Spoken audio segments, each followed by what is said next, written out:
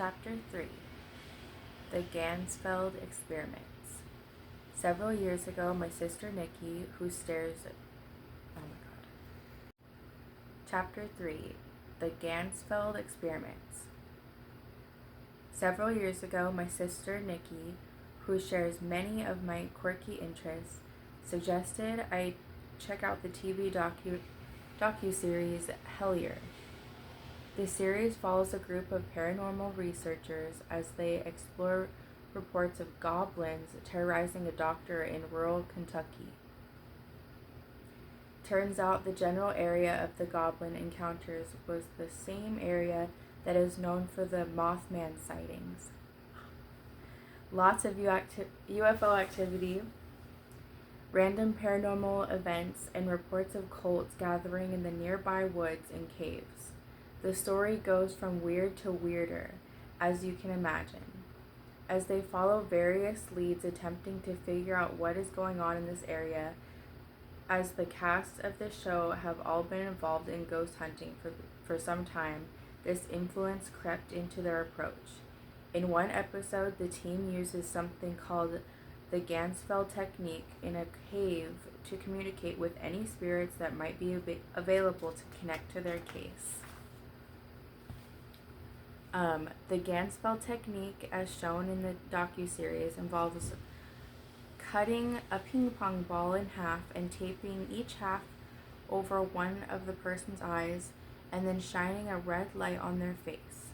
This allows the eyes to open but creates a homogeneous visual field. Basically, the eyes are receiving input, but there is nothing there to process. This technique is often used in conjunction with specific white noise input. White noise is sound that includes all the frequencies that humans can hear, played with equal intensity. This process it's kind of a sound similar to radio static.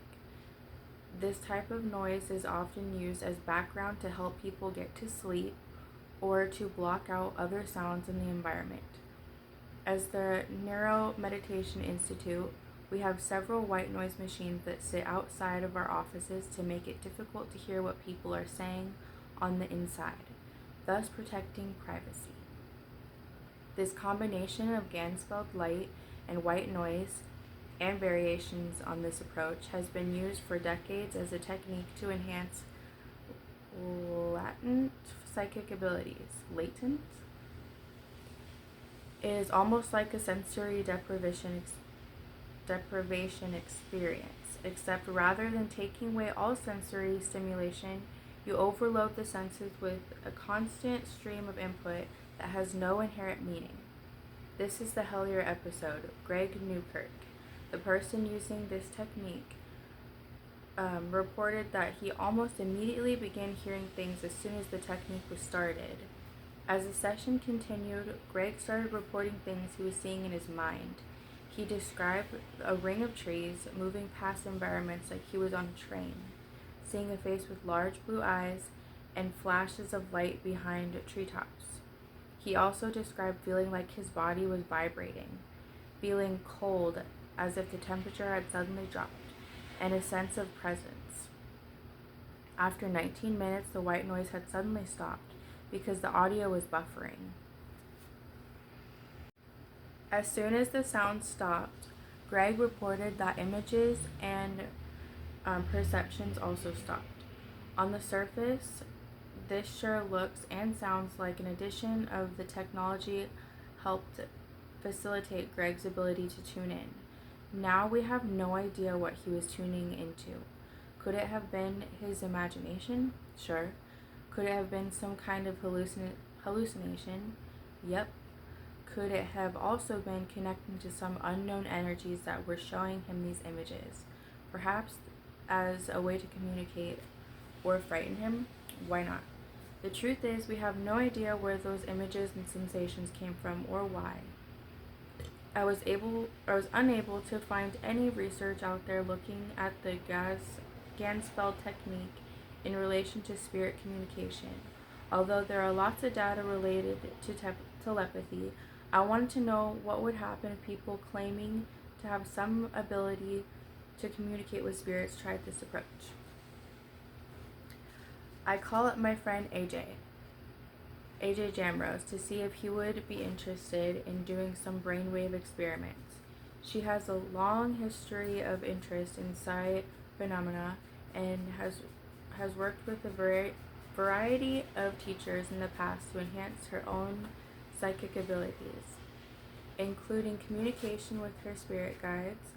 AJ has done tarot card readings professionally, is now full-time, and amazing tattoo artist.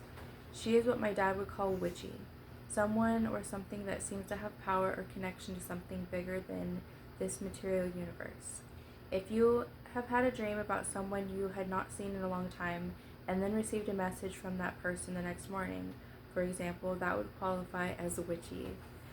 AJ agreed to participate and ever since has been a guinea pig for a lot of techniques in this book. Rather than using ping pong balls, we used a set of eyeglasses with lights built in the rims where the lenses would normally be. The glasses are connected to either a small controlled box or the computer, depending on which version you are using. Built-in programs in the software allow you to choose from a variety of settings that will cause the lights in the glasses to flicker on and off at specific frequencies. This approach is generally referred to as light and sound stimulation or audiovisual entertainment. The idea is that by providing the brain with consistent repetitive signal, it will follow along. For example, if I chose an alpha program, the lights might flicker on and off 10 times a second. The brain responds to each of these signals, producing a 10 cycle per second wave, which is 10 hertz, which is an alpha frequency band. So using this technology, you can influence the brain by pushing it towards certain brainwave patterns. These devices and their specific programs are generally used to induce a state of relaxation, to help with sleep, to increase feelings of alertness, or to improve mood. The main company we work with, Mind Alive, has a Gansfeld setting in their software. I can choose this setting and the lights just stay on without a flicker. Then the participant can choose what color light she wants to use. For our experiment, we decided to stick to traditional and use a red light. We also decided to use a variation of white noise, whereas white noise contains all frequencies the human ear can hear. Other colors of noise, like pink or brown noise, filter out certain frequencies, leaving you with more restricted range of audio frequencies. This whole thing may need a bit more explanation. Obviously, sound doesn't have a color, so what the heck am I talking about? Basically, these descriptions of sound borrow terminology from the study of light and apply it to sound. White light contains all colors. When you send a beam of white light through a prism, you get a rainbow on the other side. Each of those colors has a different frequency. Red light, for example, is the faster part of the wavelength spectrum, whereas blue is on the slower end of the spectrum. In a similar manner to light, sound has a variety of frequency that can be put into little clusters based on the speed of sound waves. These clusters are then given color names to convey their relative speed. With the right software program, it is possible to filter the noise to emphasize different parts of the spectrum. For our experiment, we use an app called My Noise to access a colored noise generator. This program allows you to determine the intensity of each color of the noise signal, rather than use a straight white noise sound. We decided to try something a bit different. We emphasized both the lowest and highest frequencies, brown and violet. The decision to do this was part intuition and part experimentation. Because we were hoping the sound would shift a person into a state of consciousness that is relaxed but engaged at a high level, it kind of made sense to try the slowest and highest frequencies together. We also tested this in previous sensation, where we manipulate the sound colors until it felt right. This exploration of experimentation of frequencies turned out to be an important part of the process. I didn't offer a lot of direction for AJ in this session. I didn't want to set up any expectations that could lead to her subconscious creating an experience that would be interesting to the study. Instead, I simply told her that this was an experiment and I was curious to see what might happen, to see if it shifted her consciousness. In any way, she told me that her intention for the session was to connect to the spirit world and ask for guidance on how to develop her visualization skills. It invited her to verbally report on what is happening if she felt like it. I also let her know I was okay just to remain quiet and hang out in the experience. AJ put the Mind Alive glasses. I set the tint to red and checked the intensity of the light. I suggested that we should adjust the light to be as bright as comfortable. We then opened my noise app and got the volume just right. Within the first couple of minutes, AJ reported that she was in contact with spirit guide of some kind, one that she had never met before. She proceeded to have an internal conversation with this entity and would periodically verbalize what is going on.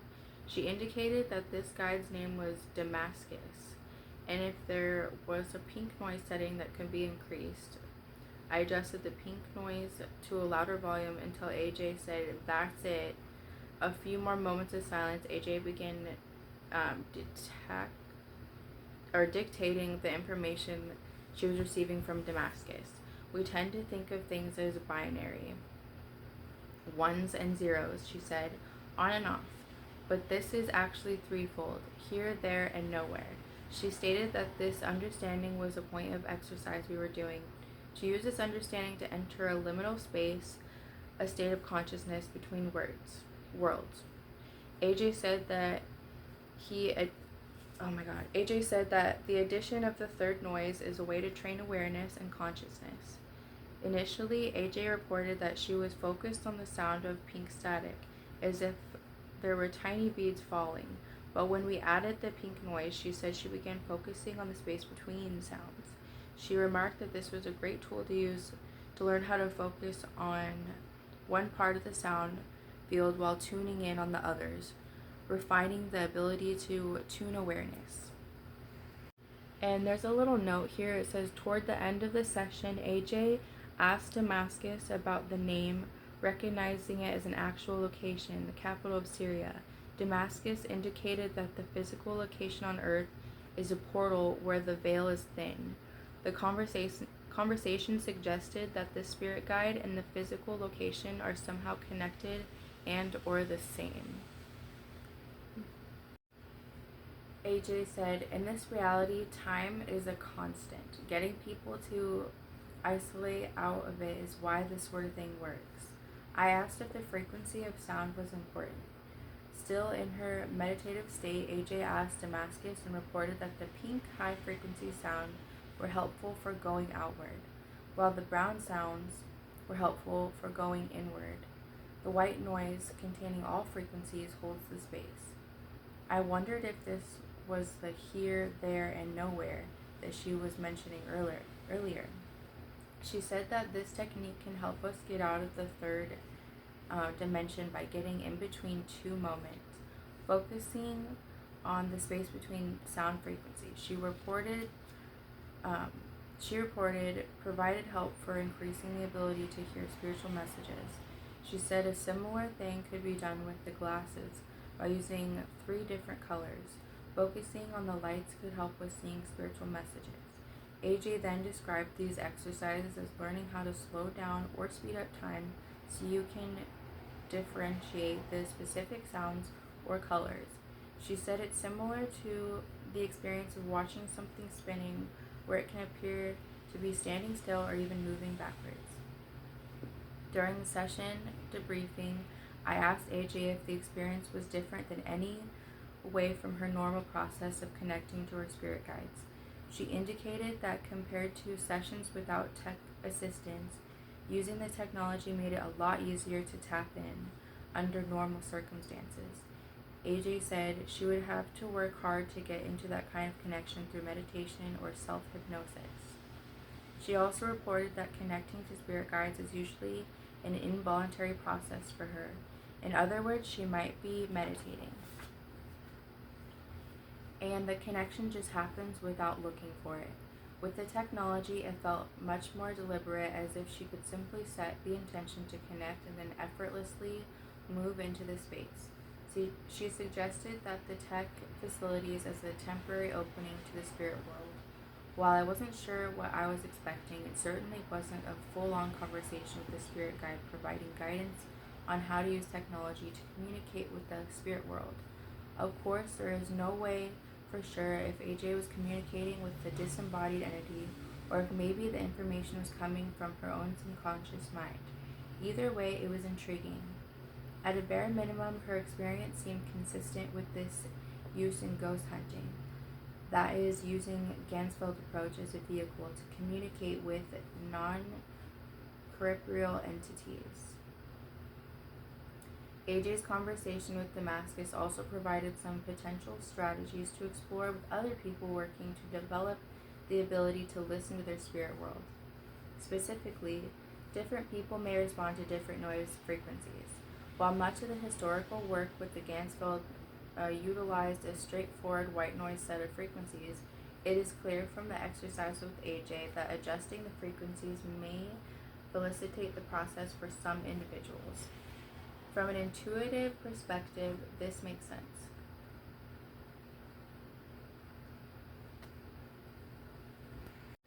Not everyone is the same, so we would not expect the exact same procedure to work identically for everyone.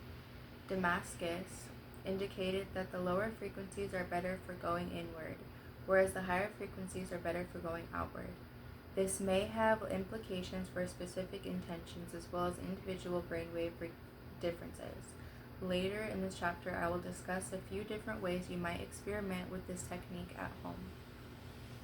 Number 2, according to Damascus, if you would like to enhance your ability to receive visual information, practice with the lights. If you would like to enhance your ability to hear information, practice with the sounds.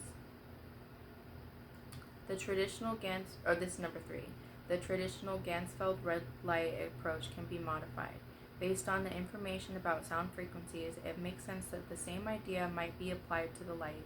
What if the light were white or green instead of red?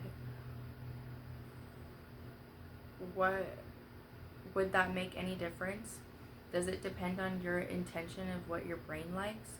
What about offering different colored lights? AJ suggests 3 colors, which I do not yet have the capability to do, but I can do 2 colors. Sounds like another good experiment.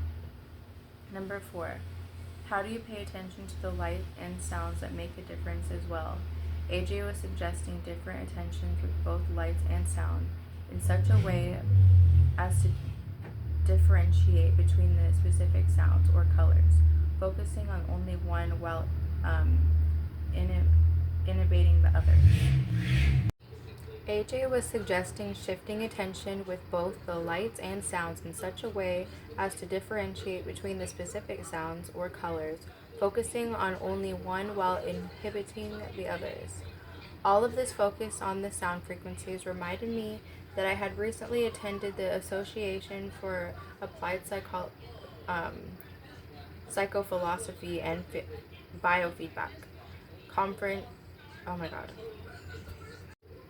All of this focus on the sound frequencies reminded me that I had recently attended the Association for Applied Psychology and Biofeedback conference, where I stumbled upon a periodic noise presented by Tiff Thompson, PhD. Dr. Thompson had an impressive resume, including a PhD, 2 master's degrees, of various high-level certifications in EEG, processing, and interpretation. Much of her talk was technical, getting into complicated mathematics, heavy explanation of what noise really is. Of course, given the nature of the conference, the conversation was ultimately concerned with the influence audio noise can have on the brain. One of the points made by Dr. Thompson was that the brain also contains noise. We tend to focus on the organized rhythmic signals in the brain that get classified in the brainwave clusters we know so well, such as theta, alpha, gamma, etc. However, beneath these signals is noise. This is additional activity in the brain that is periodic, meaning irregular. It does not have a rhythm and is chaotic.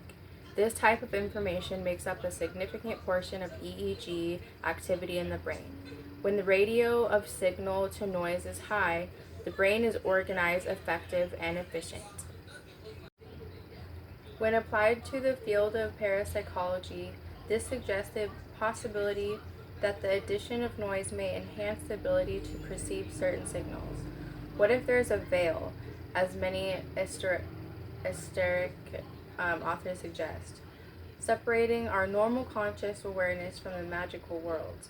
What if that magical world is always present but is usually just out of reach or just below our awareness? Learning how to create an opening or a bridge may be an important aspect to developing and advancing in psi abilities. The addition of noise might help the veil to become just a little bit thinner, making the signal from the other side a bit louder and clearer. It's possible that was AJ. That's what AJ was describing after her session with Damascus. She said the technology made the ability to tap in much easier and more intentional. We could perhaps state this another way. The technology made the information from the other side easier to hear or see. AJ also suggested that certain frequencies were better for this type of work. Perhaps the lower and faster frequencies are more in line with the frequency of psychic information or the thinning of the veil. Interestingly, when I went back to examine my notes from Dr. Thompson's talk, I found a section indicating that brown noise, which is lower frequency, is better to induce sleep and can also stir up the suppressed memories from childhood, while pink and white noise both add energy to the system. Okay. Clearly, different frequencies of noise have different impacts on consciousness. Again, as AJ put it, slower frequencies seem good for going inward and faster frequencies seem going good for outward. So our initial experiment using a modified version of the Ganzfeld technique appeared to be a success, and there seemed to be an interesting correspondence between the information. Okay. Of course, at this point we had only tested this on one person. I was curious how other people would respond. Our next volunteer came to us from the encounter at a local psychic fair. Around the time I decided to write this book, Ray Jackson, my program manager at the Neuromeditation Institute, and I decided to scope out the local talent. We went to a small psychic fair and held in our town and spent a few hours meeting people and attempting to recruit potential volunteers for our explorations. Of all the people we talked to, there was only one who seemed to be a good fit. Camera Garza had a small table in the back corner of the fair and was offering mediumship readings. Ray spent some time with her and recommended her. Ray spent some time with her and recommended her for our testing. We decided that we would invite Camera for a brain map experiment while she was doing both a psychic and mediumship reading for our intern, Jordy Hasha. Camera also agreed to try Ganzfeld sessions to see if that influenced any of her abilities. Camera had never met Jordy before and was given no real information about her. After we put the EEG cap on Camera and collected some baseline data, we got ready for the psychic reading. I asked Jordy not to provide any specific information about herself to Camera during the reading so that we could feel more confident that any information that came through was not just a good guess or based on something Jordy had disclosed. What, babe? Oh, okay. Camera asked if Jordy had any specific intentions for the session, and she said she did not. Camera noted that this sometimes made it a bit more challenging. Apparently, the attitude and intention of the sitter is also important an important variable in the situation. Camera began, I'm getting that you sing a lot and work with plants. I see that you work with plant medicine in a previous life. This is an easy connection for you. You do yoga. While these pieces of information may be somewhat generic, you can also imagine that there are not many people for whom all three statements are true. Turns out for Jordy, they were all accurate. While I have never heard Jordy sing, apparently this is something she does at home frequently. As far as plants go, we literally refer to her as our plant lady. She has brought in 30 plants to our office and takes care of all of them. She has over 100 plants in her home and works part-time in the cannabis industry. Not only does Jordy have a regular yoga practice, but she is also a certified yoga instructor. Okay, seems like Camera's first comment were hits. Camera went on, I sense that you get physically affected by negative energy in your environment, maybe getting nauseous. You can get overwhelmed by negative energy. I see that you are cautious in relationships. After the session, Jordy confirmed that all of these statements were also true. In fact, she did indicate that she often avoids crowds or other situations where she may have contact with people as it makes her feel anxious and uncomfortable. At this point, Camera indicated that she was going to switch to mediumship mode. My term, not hers. After a few minutes, Camera indicated that she was picking up a woman on Jordy's mother's side of the family. She asked if there was an aunt or someone connected to an aunt that she was close to. She said yes. Camera went on to describe details of the relationship, including things they would do together that all seemed to fit. Afterward, Jordy asked if she felt the information was relatively accurate and specific to someone in her life who had died. She said definitely. While none of this provided any kind of hard evidence, it was impressive that both the psychic and mediumship readings for Jordy appeared to be highly accurate. Next, we move on to the Ganfeld experiment. I decided to use a nearly identical setup to the process we established with AJ.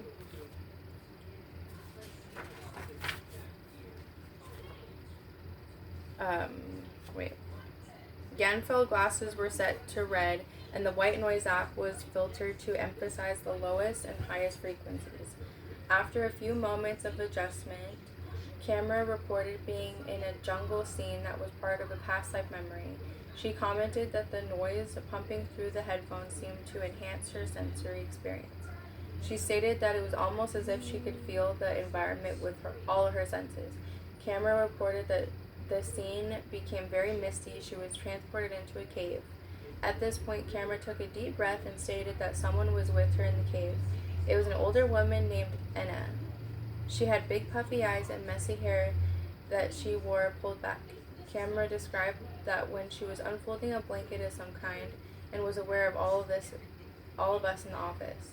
After a few moments of silence, Camera laughed and said Enna was speaking to me and challenged me to come to the cave to meet her. Camera provided some additional details of the scene, and I asked her to ask Enna about the purpose of this cave. Camera internally checked this out and responded that this was an entrance to another realm or reality. Enna went on to explain that the space she was in existed in the physical world. She stated that there are entrances in nature, some near trees, other near mountains. However, these entrances are not always accessible. They can blink in and out of existence. Enna told us that they can appear with song. I asked through Camera if Enna would be willing to teach me how to find this opening, to teach me the song. She replied that it is more like a movement. Enna said that it is important to prepare the body to change state and shift into non-ordinary reality. Apparently, Enna kept directing her talking points towards me. Hey. Camera seemed surprised by this and suggested that this was somewhat unusual. Enna communicated that she expects me to use this technology, the Ganfeld technique, to connect with her. She stated that this helps to connect the doorway quickly, almost like a direct line. Enna closed by taking Camera to a large dark open body of water and also told us remember the water. She stated that this was another way into the other worlds. Damn. This was a lot to process. The curious, open mind part of me was excited. Not only did the Gansfeld experiment seem to work, but the guide contacted through camera wanted to talk to me. Not only that, but she seemed interested and willing to teach me how to move into these more subtle words. I have always felt that I had some untapped potential in the psi world, and this sounded like a direct invitation from the other side. I still wasn't sure what I was supposed to do. Should I go out into nature and look for the physical entrance? Was I supposed to use the Gansfeld technique? What should I do after I put the glasses and then what should I do after I put on the glasses and the noise? Should I visualize water? Or is the water she talked about a physical body of water in this reality? I was skeptical. Even though I have seen a lot of weird things, the spirit guide work has always been the most challenging for me to fully believe. This is probably because the hardest one to validate scientifically. Sure, we can show that cameras information about a particular person or deceased person was more accurate than could be expected by chance. Yet, that doesn't necessarily mean that they're talking to the spirit of the dead person. What if they are physically or telepathically picking up information from the sender/sitter? Oh my god, sitter, not shitter. Of course, this would also be cool, but it is not communication with spirits. In situations where people claim to communicate with spirit guides or angels or aliens or fairies, it gets more difficult. There is currently no way to verify that what the person is reporting has any basis in the actual communication. It seems to me that one has to make a decision. Either go with it and assume it's real communication, or dismiss it as imagination or subconscious aspect of the self. In this case, I decided to go with it. It certainly couldn't hurt anything, and what if I could somehow connect with Enna or some other guide through this process? Stepping back and looking at camera's process with the wider lens, it struck me that there were some similarities and coincidences with AJ's experience. First, they both made contact with some kind of guide/teacher. In both cases, the guide/teacher was providing information for me or to me. Finally, both AJ and Camera described the Gansfeld technique as a fast track to connecting to the other side. Obviously, I wanted to try this myself. I have never considered myself particularly gifted at communicating with the spirit world, although there have been rare instances where I felt or saw such a connection during certain states of meditation. Maybe Gansfeld would help me access the state more easily, and so I devised an experiment for myself. It began with emphasizing the lower frequencies of the noise app and splitting the color of the Gansfeld into red on one visual field and green on the other. I was thinking about what I heard from AJ and Damascus, as well as Camera and Enna. Maybe having more than one color in the glasses would assist in seeing between the colors, and maybe focusing on the deeper ocean sounding aspects of the noise would somehow connect me to the water aspect that Enna suggested. It was worth a shot. After about 10 minutes, I wasn't noticing much and felt like these weren't the best settings. I shifted the glasses to full red and cranked the intensity to 100%. I also added more of the high frequency in the noise app. Very quickly, I noticed a shift in how I felt. It was easier to quiet my analytic mind, and I sensed an automatic shift in my awareness. I internally asked if any guides were around. I asked for Enna to assist me. I asked for any kind of communication, and then I just sat. Aside from a slightly altered state of consciousness, there weren't any fireworks. I wasn't whisked away into another realm, and I didn't hear a voice from the angels come down and tell me what to do. However, I did get a flash of a face, and when I asked who was there, I heard in my own voice, T.I. Oh my god, T.I. Not much else happened, and I stopped the session after another 10 minutes or so. I was disappointed. Why didn't this work for me when it seemed to work so well for virtually everyone else I had tried it with? Later, as I was driving to work, I was aware that somehow I felt different. I felt more aware of the subtleties around me in my environment. I had a sense that there was an energy just out of my perception that was just enough to be tangible. If I paid close enough attention to it, the fact it was looking for me this oh my god, the fact I wasn't looking for this feeling and had been feeling pretty discouraged gave me a bit more confidence that my subtle energy perception was real and not just something I was making up due to wishful thinking. Perhaps the glasses did not start to loosen things up. Maybe I didn't spend enough time in the session, or maybe there are times when the impact of the Ganzfeld is delayed. Rather than happening during the session, perhaps it is a psychic enhancing effects later in the day. A few months after my self-experiment, I started working with psychic medium Janine Kim. What blue, Mama? What? What blue?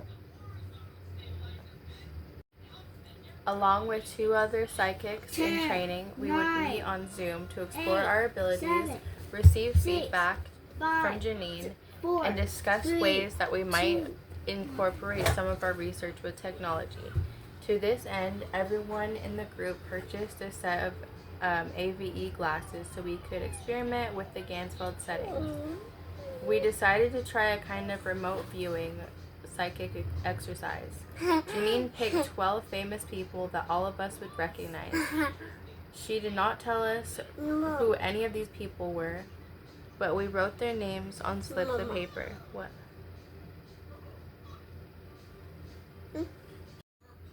A few months after my self-experiment, I started to work with psychic medium Janine Kim, along with 2 other psychics in training. We would meet on Zoom to explore our abilities, receive feedback from Janine, and discuss ways that we might incorporate some of my research with technology. Yeah. To this end, everyone in the group purchased a set of AV glasses so we could experiment with the Ganzfeld settings. We decided to try a kind of remote viewing psychic exercise. Janine picked 12 famous people. We decided to try a kind of remote viewing psychic exercise. Janine picked 12 famous people that all of us would recognize. She did not tell us who any of these people were, but wrote their names on slips of paper, then placed the slips inside individual opaque envelopes that were then labeled with number from 1 to 12. Janine signed each of us a number / person to see if we could pick up any information related to that individual. As a group, we chose a couple of numbers that all of us would tune into. Each week, our homework was to spend time tuning into the assigned numbers and writing down our impressions. Sometimes we would use Ganzfeld glasses, and sometimes we would not. This would help clarify the addition of light and noise seemed to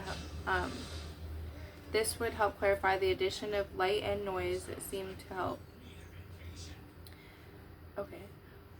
When we met next time, we would compare notes, and then Janine would reveal the name behind the number. She also gave us some tips when doing this type of psychic work. Number 1, set an intention for each reading for the highest and greatest frequency and clearest message. Number 2, set an intention as witness and messenger to bring news forward. Intend to remain open, gentle, curious, and committed, consistent, and empty. Number 3, clear your energy field when you begin and especially when you finish. Let go of the energy connected to the individual you are reading. Number 4, remember that it's just energy you are tuning into. The more attuned you are to energy in every moment, the more you will attune to the energy at hand. Understand that you read differently than others, and that is beautiful. Let it be that way. Number 5, let yourself feel silly. Just go for it. Color outside of the lines and let the process unfold naturally and in whatever way it happens. Number 6, empty your mind and trust what you see. The first few times I attempted to tune in without glasses, I got nothing. If I was trying to quiet my mind for a mind meditation, I would have been very successful. I didn't see anything. I didn't get any impressions or feelings. I had followed Janine's suggestions to the best of my ability, but felt like maybe I wasn't directing my attention in the right way. I switched to using the Gansfeld glasses to see if this would make any difference. I figured it was worth a try. For my first Gansfeld session with the psychic envelope experiment, I decided to focus my attention on the person identified in envelope 8. I initially saw an image of Janine.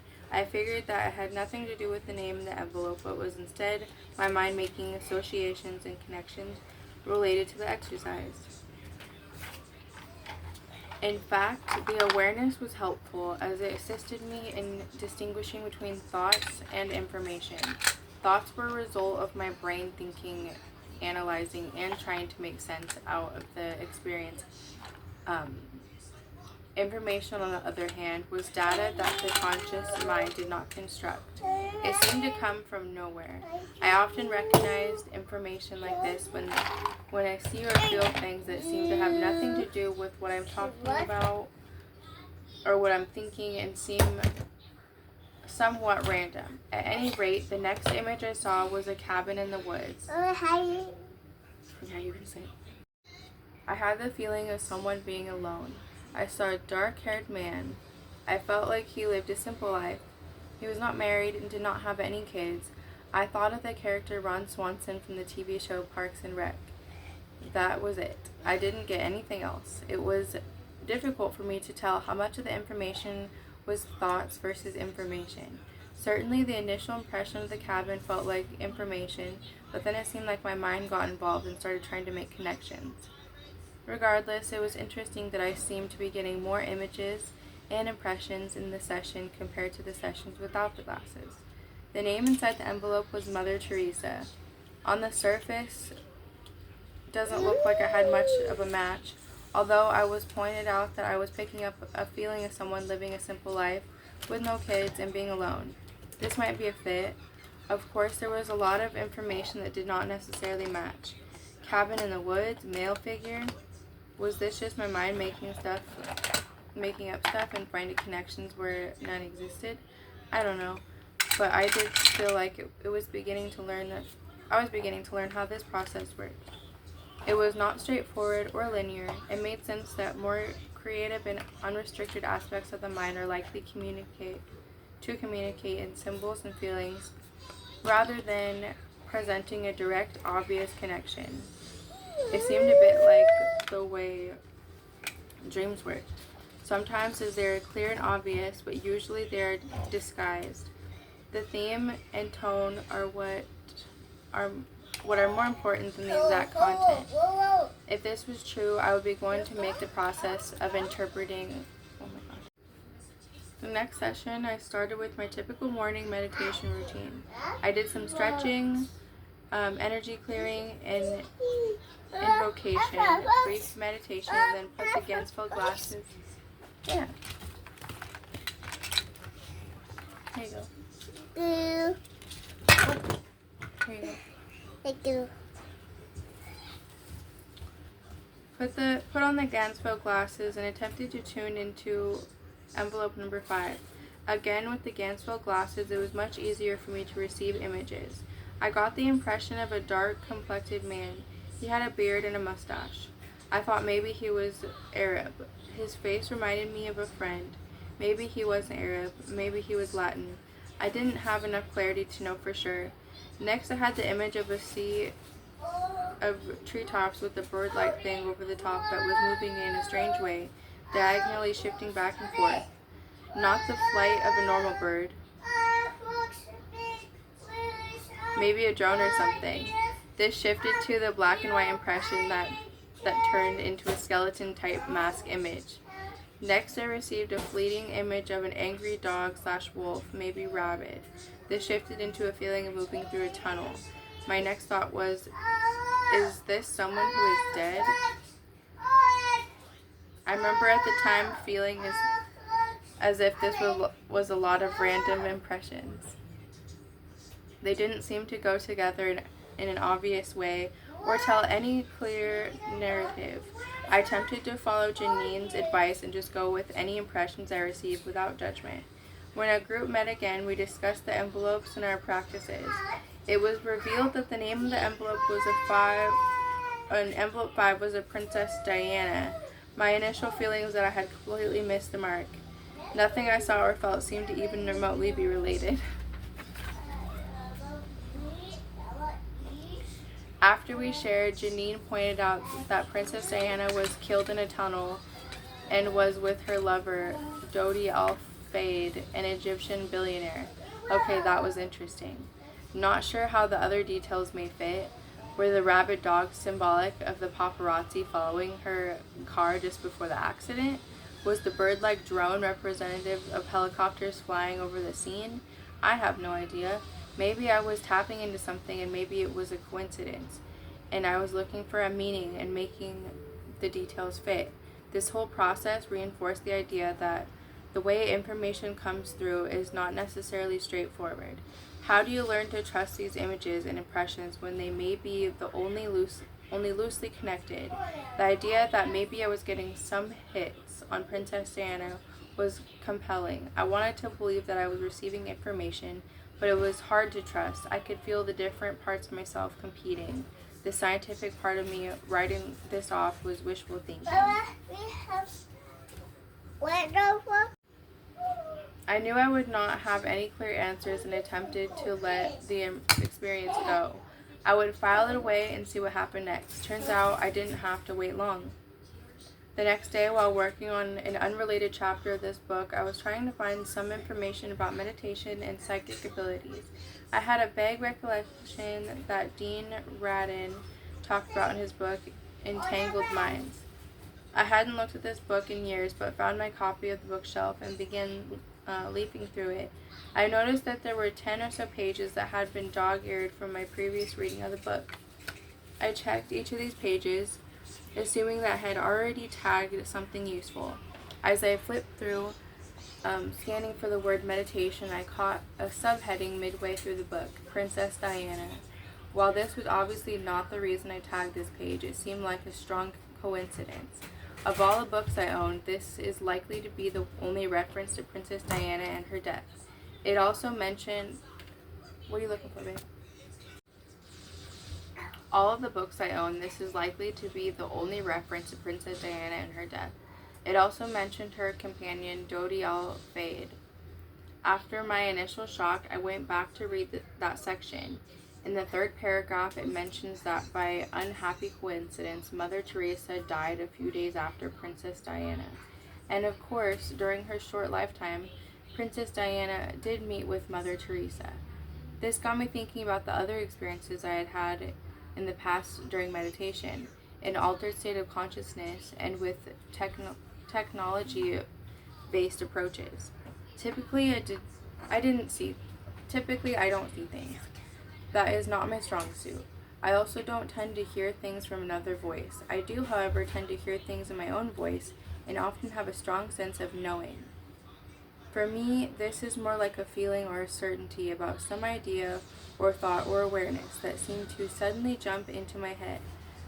Some might call this intuition, but it seems to have a different quality to it than simply having a hunch about something. At times, these experiences are so intense that the information received feels absolutely true, to a point where I feel compelled to act on these feelings/knowings. So far, every time I have listened, I have been rewarded. Case in point, several years ago, after a significant altered states experience, I had clear feeling that I was supposed to leave my position at the University of Missouri. Several years ago, after a significant altered states experience, I had clear feelings that I was supposed to leave my position at the University of Missouri. This would mean leaving a comfortable job that I had spent a year creating. My position as a health psychologist allowed me to teach biofeedback, meditation, and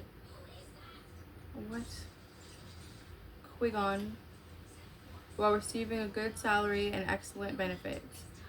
What would I do if I left? I had no backup plan. I didn't have something else lined up and no perspective on what I was supposed to do instead.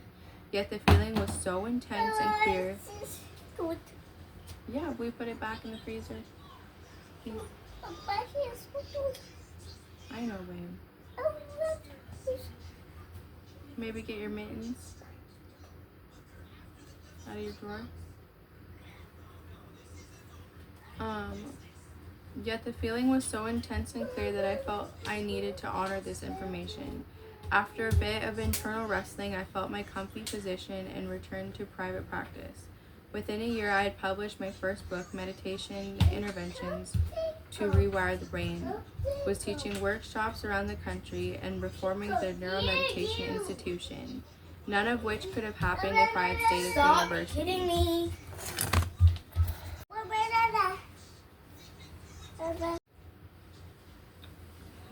Alright. When I look back at my experience, I have to wonder about my own expectations. I was assuming I would receive information the same way that AJ and Cameron do, by seeing or hearing, but this was the way I operate. This doesn't necessarily mean that I can't develop those other abilities. And in fact, when I practice certain kinds of psi skills, I do see or hear things, but my experience does suggest that I am much more likely to connect or receive information through this felt sense rather than through what I judge to be more interesting. I often forget that clear knowing or clear cognitance is one of the major modes of receiving psi information. As part of the process for both Cameron and AJ, I had collected EEG data before and during the Gansfeld experiment. Not only did I want to see if there were any significant changes in brainwave activity, but also if there were any similarities between the two case studies. The answers are yes and yes. When we compare Cameron's baseline EEG recording to her recording during the Gansfeld experiment, we see a significant increase of both slow and fast brainwave activity. Essentially, the areas that were already slightly elevated at baseline became exaggerated with an addition of light and sound. For each EEG band, the heat maps above, and it shows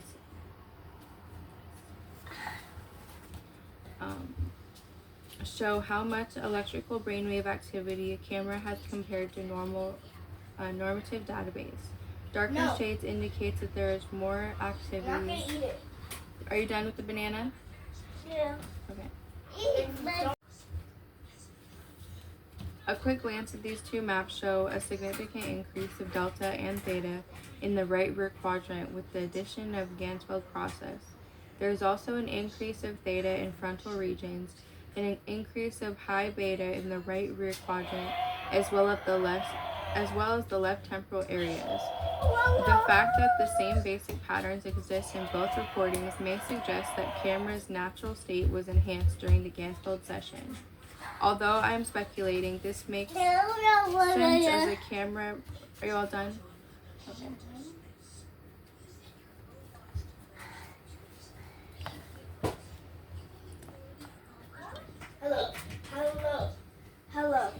hello. The fact that the same basic patterns exist in both recordings may suggest that Cameron's natural state was enhanced during the Gansfeld session. Although I am speculating, this makes sense, as Cameron privately indicated she often must actively work to turn off her meditation and psychic skills, suggesting that her brain is primed for this kind of activity, as if it is waiting for an opportunity to tune in and tune out. Camera also indicated that the Gansfeld session seemed like a fast track to the state. Oh my. What did you do? Interestingly, we saw a similar process with AJ. At baseline, she showed increased levels of delta in several regions, increased global theta with a bit more in the frontal regions, and increased beta and high beta, different from Camera. AJ's fast activity was much more focused in frontal regions and leaned to the left. Like Camera during the Gansfeld sessions, the slow wave activity seemed to become focused in on the right ear quadrant, and the fast activity became So both of our case studies showed similar patterns with slow activity. Fast activity increased for both participants but showed up in different areas.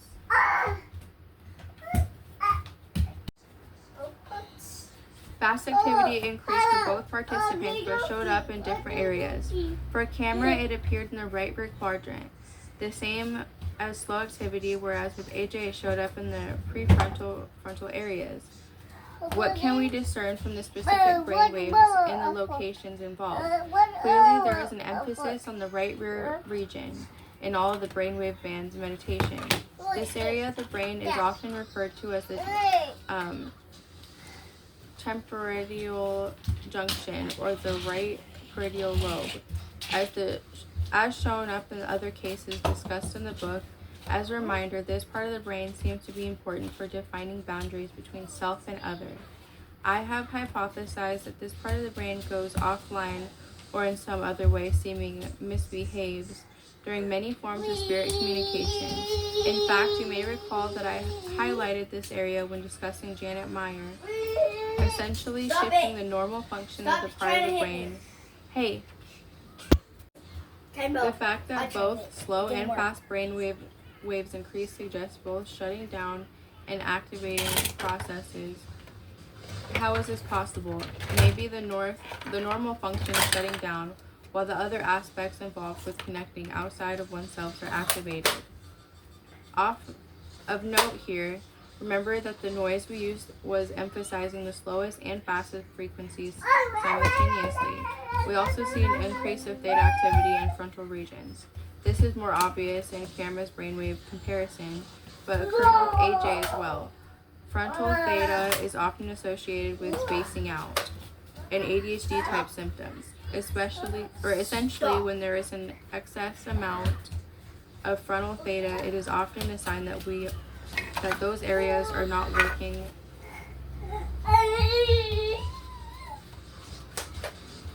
as effectively or as efficiently as we would like. This increase of frontal theta activity could be... Please stop. What can we discern from the specific brain waves that locations involved?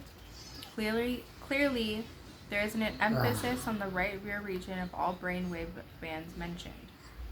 This area of the brain is often referred to as the temporal junction or the right parietal lobe, and has shown up in other cases discussed in this book.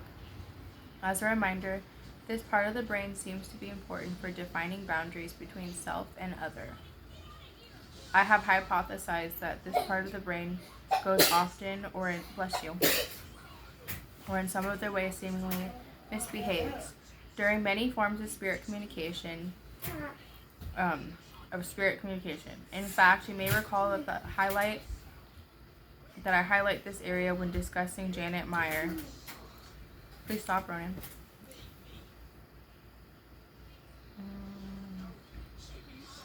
Essentially shifting the normal function of this part of the brain appears to open a connection between self and other, whether this guide, angel, or disembodied spirit, essentially allowing the medium to connect with energies outside of the normal ego self.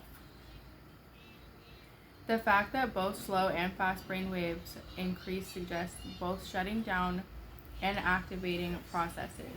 How is this possible? Maybe the normal function is shutting down, while other aspects involved with connecting outside of oneself are activated. Of note here, remember that the noise we used was emphasizing the slowest and fastest frequencies simultaneously. We also see an increase of theta activity in frontal regions. This is the most obvious in camera's brainwave comparison, but occurred with AJ's as well. Frontal theta is often associated with spacing out and ADHD type symptoms. Essentially, when there is an excess amount of frontal theta, it is often a sign that those are not working as effectively or as efficiently as we like. This increases the frontal theta activity. This increase of the frontal theta activity could be viewed as the frontal lobe shutting down. This is important as the part of the brain is largely responsible for high-level cognition as well as inhibiting information. The reduction of frontal lobe activity is another common finding in the word of psi. For AJ, she simultaneously had this frontal theta while also showing increased fast activity. From a practical standpoint, it seems safe to use that the use of the Ganzfeld techniques has the potential to facilitate spirit communication. These effects seem to be strong for people who already have a history of spirit communication. For these folks, connection to spirit is constantly enhanced by the use of the Ganzfeld technique. For those who do not claim any talent related to spirit communication, the results are inconsistent. In some cases, people report intense experiences in contact with various entities, and in other cases, it is simply a relaxing meditation experience.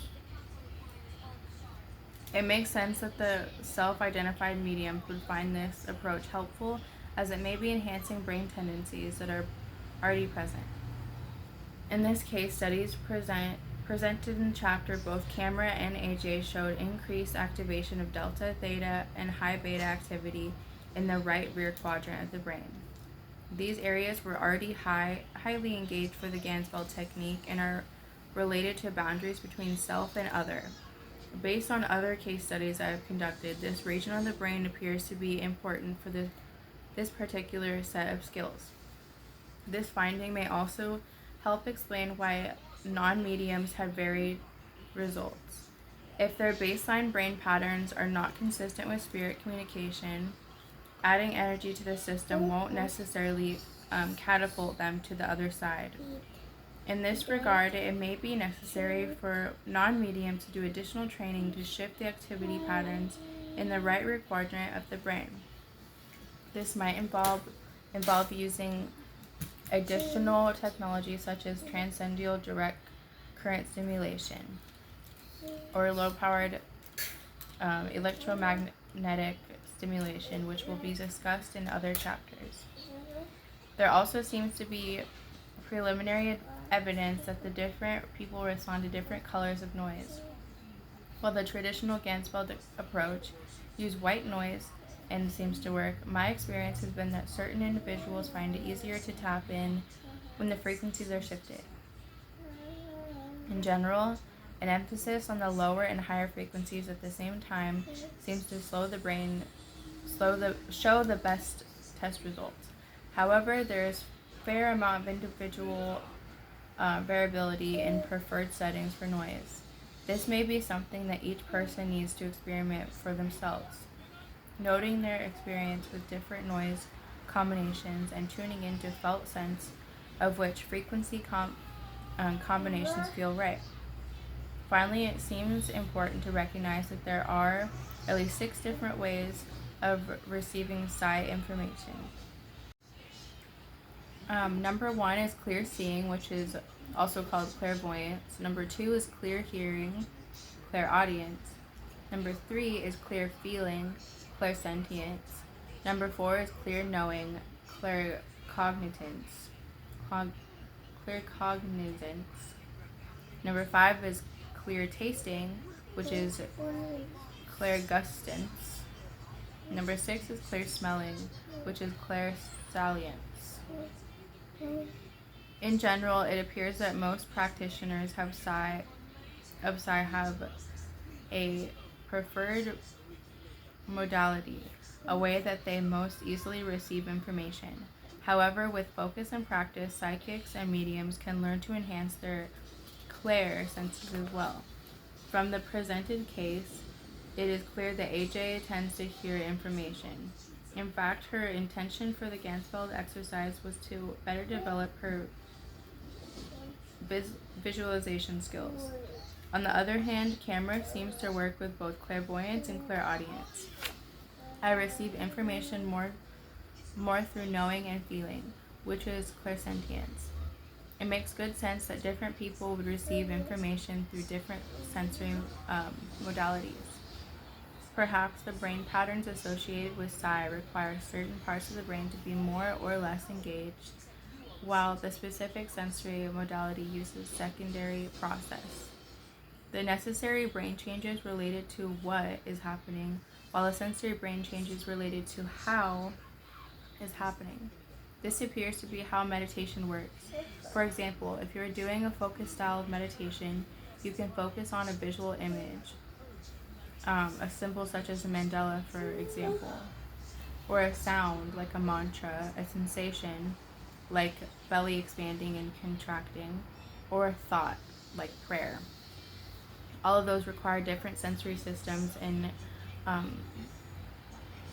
different brain regions. However, all of them engage the same brain region related to sustaining attention. All of them disengage the same brain region related to thinking about the self. Perhaps the trick of developing psi skills is identifying which modality is your strongest and leaning into it. If you're interested in trying the Ganzfeld technique, you will need a way to create a red glow effect as well as a source of white noise. Let me see. To create red homogeneous visual field, you will need a source of red light as well as semi-translucent eye covering or specialized pair of glasses. Ping pong balls, for example, a cost-efficient approach. You could follow the original instructions and cut ping pong ball in half. Taping each over one half of your eyes is important for the full effect to make sure there are no gaps around the edges that might allow extra light. Once the ping pong ball halves are secured, you face a red light source, which could be a red light bulb in a lamp. Goggles. A slightly more advanced approach would involve purchasing safety goggles or swim goggles and spray painting them with frosted glass style spray paint. I've also seen blogs where people describe simply attaching a piece of white paper around the goggles, which also seems to work. For more sophisticated approach, I recommend purchasing a Spectrum eye set, which is available from our website. These glasses have light built directly into the eye set and are capable of many different types of light and sound stimulation that can help with mood, sleep, or energy. The glasses plug into the USB port on the computer and are activated by a simple software program which can be downloaded from the Microsoft App Store. The glasses can be purchased, and then he puts the website. In the uppermost section of the software interface, you simply slide the frequency bar all the way to the right side until it says Ganzfeld. This will cause the lights to stay on at a constant rate. In the third section of the interface, you can choose the color of lights for the left and right visual fields.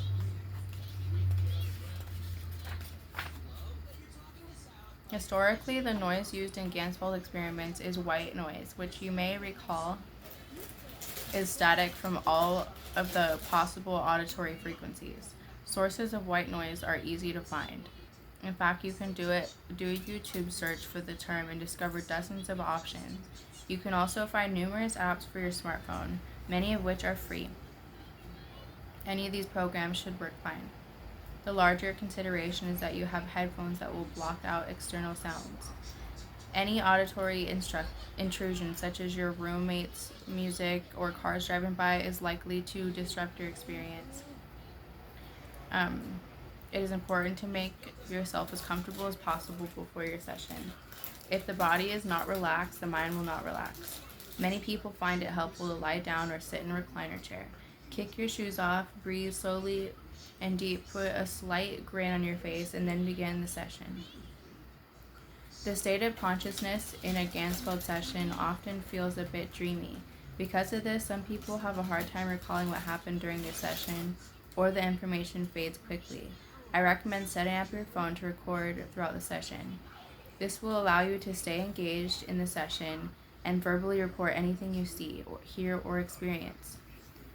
The recording can be played back later to jog your memory. If this setup doesn't work for you, you might try keeping a journal next to your meditation station and making notes as soon as the session ends.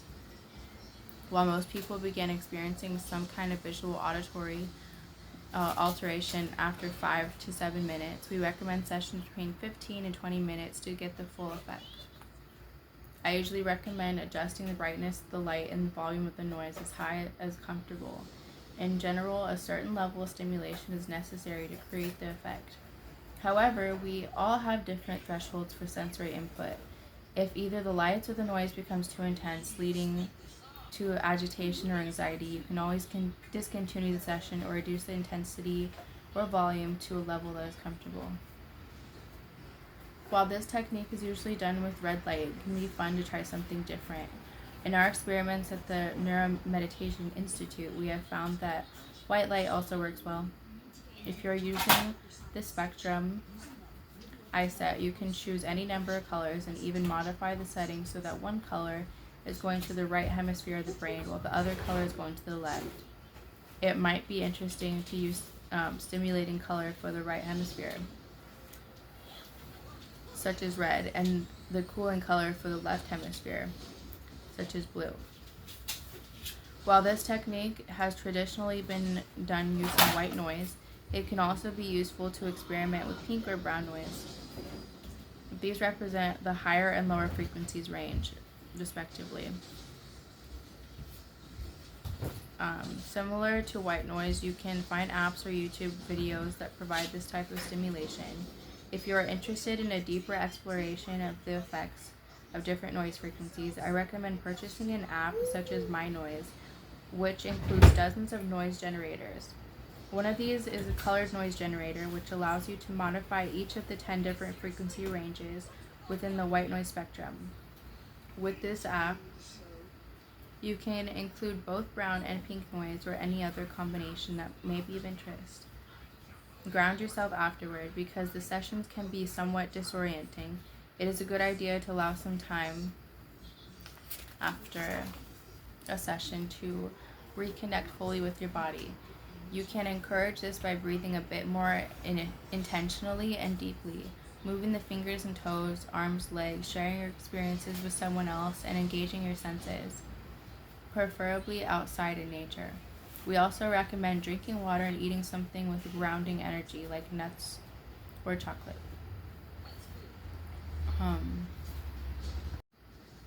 While the cases we describe in this chapter were mostly pleasant and benign, it is not uncommon for some to have an experience that is somewhat unsettling or even frightening.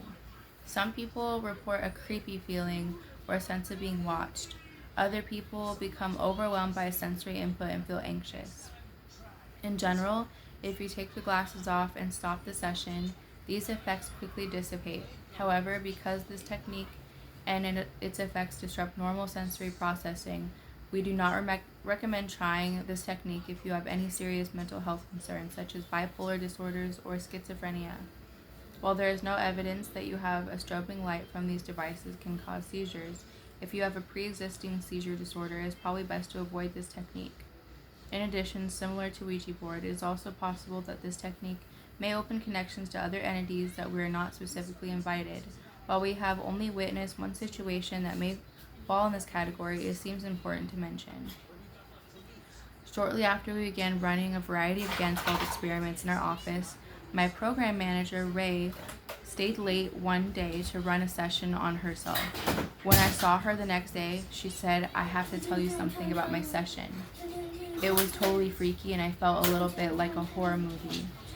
Here's what happened in her words. I began the experiment with red light in both eyes, set on the brightest setting. At first I simply sat and wondered how long it would take to snap in. Then I became aware that my eyes were moving in REM pattern under the glasses. I realized then that I must not be fully conscious. It was slightly agitating. My heart began to beat more rapidly. Suddenly, I had a vision of falling backward into the water and watching the bubbles surround my body, or the body of the slender woman with long, straight brown hair and a dark blue dress with small flowers on it. Next, I got an image of myself looking into my bathroom mirror and my own reflection moving incongruently with myself. She stepped aside to show me the bathtub. There was a woman who had fallen in the water standing behind me in the tub. She was wet. Water dripped from her fingers. Next, I was back in my childhood home. I was in the bathtub, a memory from 7 or 8 years old, and I was staring in the water of the tub. I began to see another world appear in the water, a large building with yellow beige bricks. It wasn't a pyramid, but had a large base and square bricks that came out like a tall rectangle, sitting on top of a square. The sky was faded yellow. This is something that I do remember happening in real life. However, next in my vision, I was pulled backward by a hand of the wet woman into the tub, and child me repeats the same backward splashing. Now I am in a dream world that I have seen in my childhood. I feel very warm. All of my vision comes in black and white, as if watching an old film, but there is a blood-like red film that looks as if it has been poured over the projector reel in my mind. I have had this dream before too. I'm back inside of my parents' room, but I have never seen this part of their bedroom before. Young me is chanting. I'm looking down at her from someone else's eyes. The leaves on the monkey grass outside rustle. The monkey grass along the path always leads me to a deeper dream world. I became aware of this. The wet woman was walking in my old apartment when I first moved to Eugene. I awake to her there in my vision. I use my intention to pull wet grass from her hair. She just needs love and someone to listen, I think to myself. I see her eyes, bright blue, bloodshot. She keeps staring at me. My mind tells her, I made you. I will not be afraid. For a moment, she has large, innocent blue eyes, but she turns back to the wet woman. I see her walking up the stairs to my office. Now she's in the hall. She steps into the lobby and she is looking through the window at me. I tell her again that I made her. I tell her that she must be an angel. She looks young and beautiful. So much light bursts out of my body like a starburst. It has no feeling. I do not feel pleasant, though I suspect that I should. I do not feel exhaustion or fear. She has become the wet woman again. Her consciousness moves through the window and her wild eyes try to get close to mine. I feel her on the other side of my office door. I pull off the glasses. The vision is over. It's a little hard to tell from her description of the experience, but it was clear from the way she told the story she felt a bit like she was being haunted, like this wet woman kept following her into different parts of her life and had some kind of malicious intent. It was the first time I had heard something like this occurring in a Gansfeld session, and I just assumed it was kind of like a dreamlike vision, a storyline made up by the mind. However, 2 weeks after the incident, we had a follow-up session with Camera. She barely sat down before turning to Ray saying, "Do you have something attached to you?" I had no idea what she was talking about, but Ray nodded her head affirmatively. Camera indicated that there was an energy that was attached to Ray, and it was making it hard for her to concentrate. She asked Ray to leave the room and commented that energy left the room with her. Camera suggested that we need to do some kind of energetic clearing of the space, which we did by ringing bells and burning Palo Santo. I still had no idea what was going on until checking with Ray a little later. When I asked Ray to see what this was all about, she indicated that she has to continue to see and feel the presence of the wet woman in our office since the earlier Gansfeld session. I wonder why she hadn't mentioned this.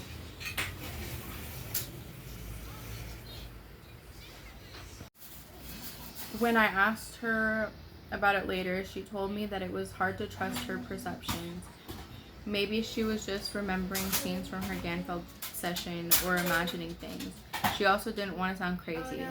Obviously, I'm open to all sorts of strange happenings, but I understood her trepidation. It can be a little much to announce that you have a negative energy attached to you that is following you around the office.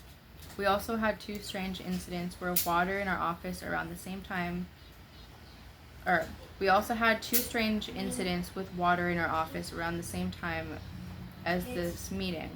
In a separate room that we use for meditation groups and altered state experiences, we have a water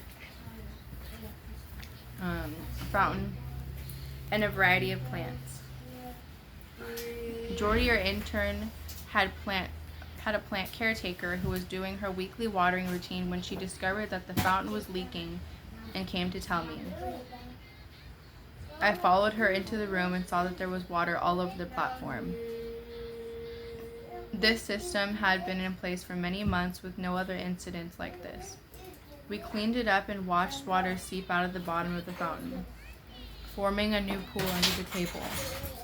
As the water was all contained in the base of the fountain, I wasn't sure what we could do besides turn it off, drain it, and look for cracks. We turned it off, but then ran out of time for the next steps. I returned the next day and there was no mess. I turned the fountain back on and everything worked fine. We've had no additional issues since then.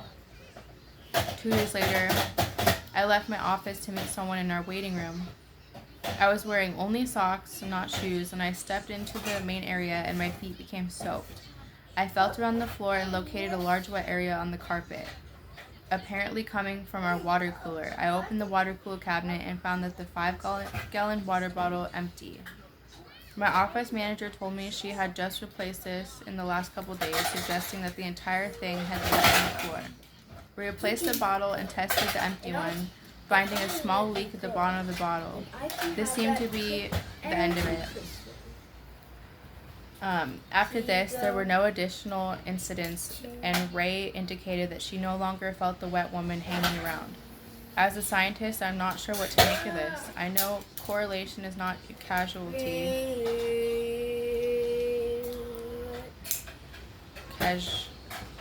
Casualty. Just because odd things happen in proximity to each other does not necessarily mean they're not related. On the other hand, this type of experience is not uncommon in the world of ghost hunting. I shared this story with several of my psych medium friends, asking if this kind of thing ever happens to them. Surely, this kind of experience is commonplace if you're open to the spirit world on a daily basis. Interestingly, all of them acknowledge that this kind of thing does happen, but they all denied that it happens to them. That seemed curious. When I inquired more on the subject, it became clear that everyone I talked with was very clear in their intentions for the session, calling in their spirit guides and guardians, and surrounding themselves with white light as a form of spiritual energetic protection before going into a reading or a session. Based on their practice and advice, I would suggest developing a protection ritual similar to the one below, using it prior to any of this work. Number 1, close your eyes and imagine a pure white light emanating from above, from the center of the universe. Imagine this white light as a pure positive energy. Side note, you can also use purple too. Breathe slowly and deeply, visualizing this white light dropping down through the crown of the head and filling the entire body with bright healing energy. As the body fills with this light, imagine it overflowing and covering the outside of the body, growing into a bubble of protective energy that completely surrounds you on all sides, above and below. Number 4, either at the end of the light visualization or throughout steps 1 to 3, speak your intent several times, which is, like, here's an example: I am completely cleansed, healed, and protected. And that is the end of chapter 3.